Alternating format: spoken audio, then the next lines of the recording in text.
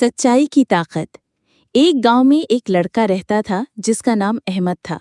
अहमद बहुत सच्चा, ईमानदार और नेक दिल था। वो हर वक्त अल्लाह का शुक्र अदा करता और नमाज की पाबंदी करता।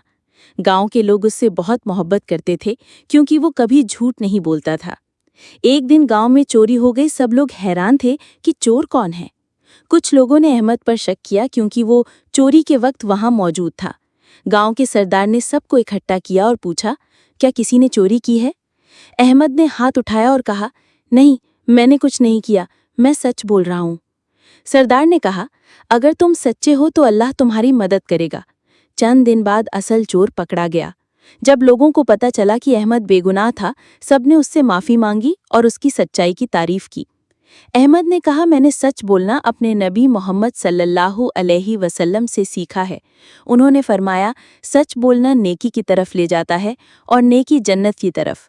ये वाक़या गांव के बच्चों के लिए एक सबक बन गया। अब सब बच्चे अहमद की तरह सच बोलने लगे, नमाज पढ़ने लगे और अच्छे काम करने लगे। अहमद की सच्चाई और ईमानदारी ने सबके दिल बदल दिए। सबक: अल्लाह सच्चों के साथ होता है। सच हमेशा गालिब आता है, चाहे हालात कितने भी मुश्किल हों।